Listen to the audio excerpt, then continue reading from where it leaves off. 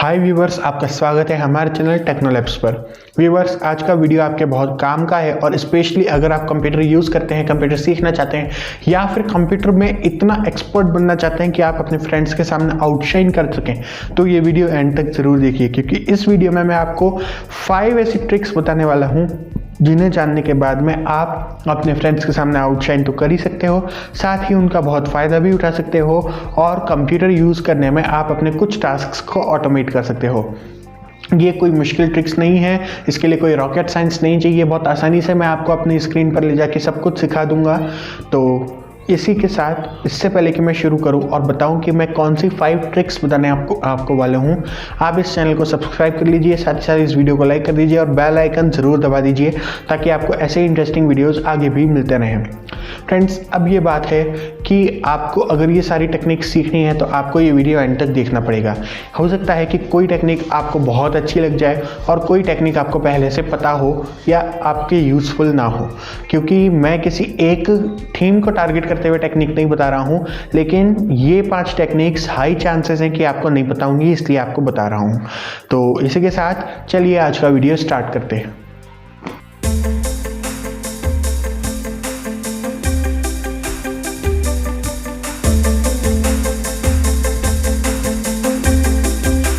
हमारी पहली ट्रिक है गॉड मोड। गॉड मोड के लिए आपको सबसे पहले आपको बता दूं गॉड मोड क्या है। आपके कंप्यूटर में आपको कोई भी सेटिंग ढूंढनी पड़ती है कंट्रोल पैनल में या आपके सेटिंग्स में, कहीं पर भी किसी भी टैब में वो सेटिंग हो सकती है। अगर आपको कोई भी सेटिंग ढूंढने में दिक्कत आती है, आपको नहीं पता चलता कि आप उस सेटिंग को कहाँ ढूंढें, तो कई तरह की सेटिंग्स होती हैं जो सर्च करने पर भी नहीं मिलती, क्योंकि आप एग्जैक्टली अंदाज़ा लगा नहीं पाते कि उसका सर्च टर्म क्या होगा। तो इस चीज़ का सॉल्यूशन है गॉड मोड। उसको क्रिएट करने के लिए आपको सबसे पहले अपने डेस्कटॉप पर राइट क्लिक करना है और फिर जाना है न्यू पर, और न्यू पर जाने के बाद फोल्डर सेलेक्ट करना है। अब इस फोल्डर को जब आप रीनेम करेंगे तो इसमें न्यू फोल्डर नहीं, आप एक कोड पेस्ट करेंगे। ये कोड आपको वीडियो के डिस्क्रिप्शन में मिल जाएगा। इसके बाद आप कहीं भी एंटर प्रेस कीजिए और यहाँ पर आपको इस फोल्डर का नाम तो नहीं दिखेगा, साथ ही साथ इसका कंट्रोल पैनल जैसा आइकन दिख जाएगा। अब जब आप इसको ओपन करेंगे तो इसके अंदर ऑलरेडी इस कंप्यूटर की, यानी पूरे कंप्यूटर के पूरे डिवाइस की जितनी भी तरह की पॉसिबल सेटिंग्स हैं, सब कुछ आपको यहाँ पे मिल जाएगा, कुछ भी बचेगा नहीं। यहाँ पर आपको सारी सेटिंग्स मिल जाएंगी अपने कंप्यूटर की और एक जगह पर मिल जाएंगी। और यहाँ पर आपको indexing option, internet option, fonts, name, file history, सब कुछ जो कुछ भी आप सेटिंग्स चाहते हैं वो एक लेबल करके कैटेगराइज्ड वे में आपको मिल रही हैं। तो यहाँ से आप अपनी सारी सेटिंग्स को देख भी सकते हैं, चेंज भी कर सकते हैं। तो ये था गॉड मोड। अब जो हमारी दूसरी ट्रिक है वो है कि आप अपने पीसी की रैम कैसे बढ़ा सकते हैं। जी हाँ, मैं रैम बढ़ाने की बात कर रहा हूँ विदाउट परचेजिंग अ रैम। अब अगर आपके पीसी में रैम कम है जिस कारण से आपको दिक्कत आ रही है, पीसी लैग करता है, तो इसका एक सोल्यूशन है कि आप अपनी रैम को बढ़ा लीजिए। उसके लिए आपको चाहिए कुछ नहीं, सिर्फ एक पेन ड्राइव, जो कि आपके पास होगा ही। और अगर पेन ड्राइव भी आपके पास नहीं है तो आप एक काम कर सकते हैं, नया पेन ड्राइव नहीं खरीदिए, उसकी जगह एक कार्ड रीडर खरीदिए और अपने मोबाइल का मेमोरी कार्ड उसके अंदर माउंट कर लीजिए। वो आपको 30 से 40 रुपए में मिल जाएगा किसी भी आसपास की शॉप पर। तो फिलहाल मेरे पास जो पेन ड्राइव है, मैं उसको माय कंप्यूटर पर जाऊँगा और माय कंप्यूटर ओपन करने के बाद में यहाँ पर मुझे मेरा पेन ड्राइव दिख रहा है। इसके ऊपर मैं राइट क्लिक करूँगा और प्रॉपर्टीज़ पर जाऊँगा। जैसे ही मैं प्रॉपर्टीज़ पर जाऊँगा, मुझे यहाँ पे ऊपर एक टैब दिख रहा है रेडी बूस्ट नाम का, ये रहा। तो इस पर मैं क्लिक करूँगा और dedicate this device to ready boost, इस पर क्लिक करूँगा। अब इसका क्या मतलब है? इसका मतलब है कि इस डिवाइस में जितना भी फ्री स्पेस है वो पूरा का पूरा सिर्फ और सिर्फ रैम की तरह यूज़ होगा। अगर आप ये नहीं करना चाहते, आप एक लिमिटेड स्पेस देना चाहते हैं, तो यूज़ दिस डिवाइस पर क्लिक करके एक लिमिटेड स्पेस यहाँ इस स्लाइड बार से दे सकते हैं। फिलहाल मैं डेडिकेट स्पेस पे क्लिक करूँगा, डेडिकेट दिस डिवाइस, और अप्लाई करूँगा। जैसे ही मैं अप्लाई करूँगा, यहाँ प्रोसेसिंग चलेगी थोड़ी देर की और इस प्रोसेसिंग को आपको होने देना है। जब ये प्रोसेसिंग हो जाए तो आपको ओके कर देना है और आप देख सकते हैं कि मेरे पेन ड्राइव में अब सिर्फ 3.33 GB फ्री है, वो भी इसलिए क्योंकि रैम अभी उतनी यूज़ में नहीं है। तो जब मैं इसको ओपन करूँगा, अंदर मुझे एक फ़ाइल मिल जाएगी रेडी बूस्ट नाम की। तो ये जो फाइल है ये मेरे को मिल रही है अंदर, और इस फाइल को ये आप तभी देख सकते हो जब आप ये रेडी बूस्ट की सेटिंग कर लो। तो अब आपका पेन ड्राइव आपके लिए एक अच्छी सी रैम बन चुका है। और अगर आप चाहते हैं कि अब आपका पेन ड्राइव रैम की तरह यूज़ ना हो, कंप्यूटर आपके पेन ड्राइव को छोड़ दे, आप उसे नॉर्मली यूज़ करना चाहते हैं, तो फिर से एक बार अपने पेन ड्राइव पर राइट क्लिक कीजिए, प्रॉपर्टीज़ पर आइए, यहाँ पर आपको रेडी बूस्ट पर आना है और do not use this device पर क्लिक करके अप्लाई कर दीजिए एंड थोड़ी सी प्रोसेसिंग चलेगी, इसको चलने दीजिए। जब ये प्रोसेसिंग ख़त्म हो जाए तो आपको ओके कर देना है। तो ये चल रही है, इसको हम चलने देते हैं। अब ओके कर दीजिए और आप देखेंगे कि आपके पेन ड्राइव में अब फिर से फुल स्पेस है 7.32 GB और वो जो अंदर रेडिबूस्ट नाम की फ़ाइल थी वो फाइल गायब हो चुकी है। तो ये थी दूसरी ट्रिक। अब तीसरी ट्रिक के बारे। तीसरी ट्रिक क्या है? देखिए, तीसरी ट्रिक ये है कि अगर आप कोई फिक्स काम अपने कंप्यूटर से या लैपटॉप से करते हैं, फॉर एग्जांपल आप वीडियो एडिटिंग का काम करते हैं या फिर आप नेट सर्फ करने का काम करते हैं या फिर प्रोफेशनल कोई 3D मॉडल्स बनाने का या जो भी काम करते हैं, अगर आप कोई फिक्स गेम भी खेलते हैं, मतलब कि आपके कंप्यूटर पर आपका फिक्स काम रहता है, ऐसा नहीं है कि आप जब चलाएंगे तब कुछ नया करेंगे, हमेशा एक ही काम करते हैं। तो ऐसे में आपको क्या करना है, आपको उस एक एप्लीकेशन को जिसको आपको हर बार ओपन करना पड़ता है उसे स्टार्टअप पर डाल देना है। जी हाँ, अब इसका क्या मतलब है? इसका मतलब ये है कि जैसे ही आप अपना कंप्यूटर स्टार्ट करेंगे, बिना आपके कोई भी क्लिक किए वो एप्लीकेशन अपने आप आपको बाय डिफ़ॉल्ट स्टार्टेड मिलेगी, यानी कि वो एप्लीकेशन अपने आप कंप्यूटर लॉन्च कर देगा, क्योंकि उसे पता होगा कि आपको इसी एप्लीकेशन पर काम करना है। तो इसलिए इसके लिए आपको क्या करना है, सबसे पहले मैं कोई भी एक फ़ाइल ले लेता हूँ। फॉर एग्जांपल मैंने यहाँ पे राइट क्लिक किया, आप कोई भी एप्लीकेशन या फाइल ले सकते हैं। मैं यहाँ पे फॉर एग्जांपल एक टेक्स्ट डॉक्यूमेंट ले रहा हूँ और इस टेक्स्ट डॉक्यूमेंट को मैं नेम दे दूँगा str.txt।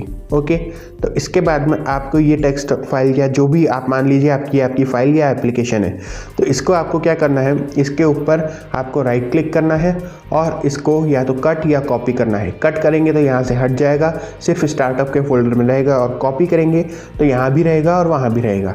तो फिलहाल मैं इसको यहाँ से कट कर रहा हूँ। अब जैसे ही मैं कट करूँगा आप देख सकते हैं इसका आइकन ब्लर हो गया है। अब आपको जाना है स्टार्ट बटन पे और यहाँ पर आपको सर्च करना है रन। जैसे ही आप रन कमांड सर्च करेंगे, यहाँ आपको रन ऐप मिल जाएगा, इसको आपको ओपन करना है।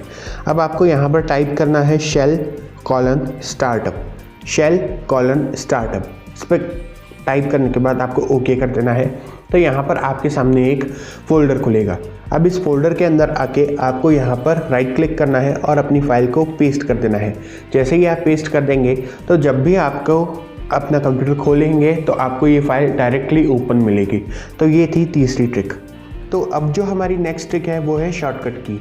आपने कई तरह की शॉर्टकट कीज़ यूज़ की होंगी, आपको याद भी होंगी, लेकिन क्या आप जानते हैं कि आप अपने पर्सनल यूज़ के लिए अपने कंप्यूटर में शॉर्टकट कीज़ बना भी सकते हैं?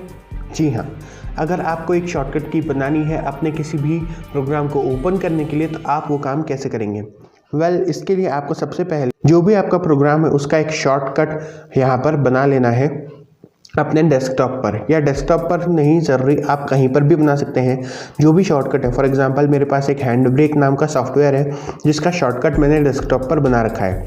तो इसके बाद में आपको शॉर्टकट पे क्लिक करना है राइट क्लिक करने के बाद में आपको जाना है प्रॉपर्टीज़ पर और इसके बाद आपको यहाँ शॉर्टकट की का ऑप्शन मिलेगा। इसमें आपको नोन दिख रहा है, तो यहाँ इस पर आपको क्लिक करके इस नोन को मिटा देना है और उसके बाद में आपको अपनी जो भी शॉर्टकट की आप इसको देना चाहते हैं, जैसे कि Ctrl+Alt+H, मैंने यहाँ पे एक शॉर्टकट की लिख दी तो यहाँ पर वो शॉर्टकट की आ गई। अब इसके बाद में आपको करना है अप्लाई और फिर आपको करना है ओके। तो अब जब भी आप ये शॉर्टकट की रिपीट करेंगे Ctrl+Alt+H, तो आपके लिए वो सॉफ्टवेयर अपने आप ही ओपन हो जाएगा। जैसे कि अभी मैंने प्रेस कर दिया है अपना शॉर्टकट, अपनी जो शॉर्टकट की है वो एंटर कर दी है और बस थोड़ा सा वेट करना है, क्योंकि ये जो मेरा सॉफ्टवेयर है ये ओपन होने में थोड़ा सा टाइम लगता है। और आप देख सकते हैं कि ये अपने आप ओपन हो गया है। मैंने इसको ओपन नहीं किया है क्योंकि मैंने शॉर्टकट की से इसे ओपन किया है। तो अब मैं इसे क्लोज़ कर देता हूँ। अगर आप इस शॉर्टकट की को हटाना चाहते हैं या फिर आपने गलत शॉर्टकट की लगा दी है तो फिर से प्रॉपर्टीज़ पर जाइए राइट क्लिक करके और यहाँ शॉर्टकट की का आपको ऑप्शन दिख रहा है, इस शॉर्टकट की को आप इरेज कर सकते हैं। यहाँ पर नोन आ जाएगा और यहाँ नई शॉर्टकट की भी वैसे ही लगा सकते हैं। उसके बाद में आपको कर देना है अप्लाई और फिर ओके। तो ये थी हमारी नेक्स्ट ट्रिक। अब जो हमारी लास्ट ट्रिक है, last but not the least, वो बहुत काम की है आप सभी के। वेल फ्रेंड्स, अगर आप रात को नेट सर्फ करते हैं और कभी भी कुछ डाउनलोडिंग पे लगा देते हैं जिसको बचा होता है 1 आवर, 1.5 आवर, 2 आवर, अब आप इतनी देर जग नहीं सकते हैं कि वो डाउनलोड हो जाए, फिर आप अपने कंप्यूटर को क्लोज़ करके सो सकें। और ना ही आप उस डाउनलोड को कैंसिल करना चाहते हैं क्योंकि आपको कल सुबह वो चीज़ चाहिए। तो ऐसे में आप कर सकते हैं क्या, क्योंकि अगर आपने ऐसे ही छोड़ दिया इसको और सो गए तो आपका कंप्यूटर रात भर ऑन रहेगा। हो सकता है कि वो अपने आप स्लीप मोड में चला जाए, लेकिन फिर भी ऑन रहना तो ऑन रहना होता है। तो आप अपने कंप्यूटर को शट डाउन कैसे कर सकते हैं बिना हाथ लगाए, वो भी सोने के बाद। तो उसके लिए आपको सिंपली एक ट्रिक मेरी यूज़ करनी है, और वो है कि आपको यहाँ पे आ जाना है, क्लिक करना है राइट क्लिक। इसके बाद में आपको न्यू पे क्लिक करना है और यहाँ आपको टेक्स्ट डॉक्यूमेंट पे क्लिक करना है। जैसे ही आप टेक्स्ट डॉक्यूमेंट पर क्लिक करेंगे, यहाँ पर आपको नाम पूछा जाएगा, तो आपको इसे SHTDOWN, मैंने ऐसे ही शट डाउन गलत लिख दिया है। तो अब यहाँ पर आप इसको मैं सही स्पेलिंग लिख देता हूँ, शट डाउन मैंने सही स्पेलिंग लिख दी। अब इसके बाद में आपको जो एरो कीज़ हैं उनकी मदद से आगे आना है एक्सटेंशन के, और TXT को मिटा के कर देना है BAT। जब आप ऐसा करेंगे और फिर एंटर प्रेस करेंगे, यहाँ पर आपके सामने एक डायलॉग बॉक्स आएगा, इसको आपको यस कर देना है। जैसे ही आप ये करेंगे तो आपका ये देख सकते हैं जो आपकी ये फाइल है इसका आइकन चेंज हो चुका है। तो अब इस फाइल का जो आइकन है वो चेंज हो चुका है।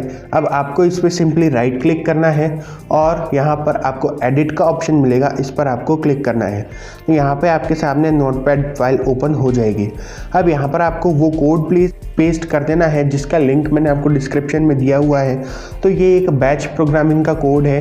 फिलहाल आपको इस कोड की समझने की ज़रूरत नहीं है, बस मैं जो कह रहा हूँ वो करिए और आपको कोड पेस्ट कर देना है। और कोड पेस्ट करने के बाद में आपको इसको सेव कर देना है और आपका काम हो जाएगा। तो मैं कोड पेस्ट यहाँ पे कर देता हूँ, कर देना है। अब यहाँ पर आपको क्या करना है, सिंपली आपने जो भी डाउनलोड पे लगाया है, अगर आपने डाउनलोड पे कुछ नहीं लगाया है और आपको फिर भी किसी भी कारण से बाद में बंद करना है, तो फिर आप क्या करिए, आपको जो भी एप्लीकेशन ओपन रखनी है उसका यहाँ पर आपको नाम लिख देना है। फॉर एग्जांपल, अगर आपने कुछ डाउनलोड पे लगाया है, तो डाउनलोड पर लगा के आपको यहाँ पर chrome.exe लिख देना है। क्रोम का मतलब है जो क्रोम आपका ब्राउज़र है। हो सकता है आपके पास फायरफॉक्स हो या फिर एक्सप्लोरर हो, जो भी ब्राउज़र है उसका नाम लिख के .exe आपको लगा देना है। और अगर आपने कुछ और कोई भी एप्लीकेशन, कोई भी गेम, कुछ भी किया है तो बस उसका नाम आपको यहाँ पर लिख देना है एप्लीकेशन का। अब एप्लीकेशन का नाम अगर आपको समझ में नहीं आ रहा तो आप जो भी आपकी विंडो खुली हुई है एप्लीकेशन की, उसके टाइटल में देख सकते हैं, उसके टाइटल में जो भी नाम लिखा होगा आपको वही यहाँ पर लिख देना है। तो यहाँ पर फिलहाल मैंने chrome.exe लिख दिया है। इसके बाद में आपको इसे सेव कर देना है। तो जब आप इसे सेव करेंगे तो यहाँ पर ये सेव हो जाएगा और फिर आपको इसे क्लोज़ कर देना है। अब इसे क्लोज़ करने के बाद में यहाँ आपकी बैच फाइल तैयार है। अब आप इसको जब ओपन करेंगे तो यहाँ से आपको पूछेगा after how much time do you want to turn off this PC. तो आपको यहाँ पे टाइम एंटर करना है सेकंड्स में, यानी कि आपको क्या लगता है, अगर 1.5 घंटे का टाइम बाकी है तो आप 1.5 घंटे से ज़्यादा रखिए। आई थिंक 1.5 घंटे से ज़्यादा रखिए, 1.25 घंटे रखिए, क्योंकि क्या है कि कभी कभार डाउनलोड भी स्लो हो जाता है। और आपको ये वार्निंग मैं दे दूं कि अगर डाउनलोड कंप्लीट नहीं हुआ होगा तो कुछ भी हो जाए, किसी भी हालत में ये फोर्सफुली क्रोम को बंद करके कंप्यूटर को शट डाउन कर देगा, फिर ये किसी चीज़ से रुकने वाला है नहीं। तो इसलिए आपको बहुत सोच समझ के यहाँ पे टाइम एंटर करना है। फॉर एग्जाम्पल, अगर मैं यहाँ पे लिख देता हूँ 120 सेकेंड्स, ओके, तो आवर्स को सेकंड्स में कैसे आप कन्वर्ट करेंगे, आपको जितने भी आवर्स चाहिए उसको 60 से मल्टीप्लाई कर दीजिए, फिर दोबारा 60 से मल्टीप्लाई किए। क्यों?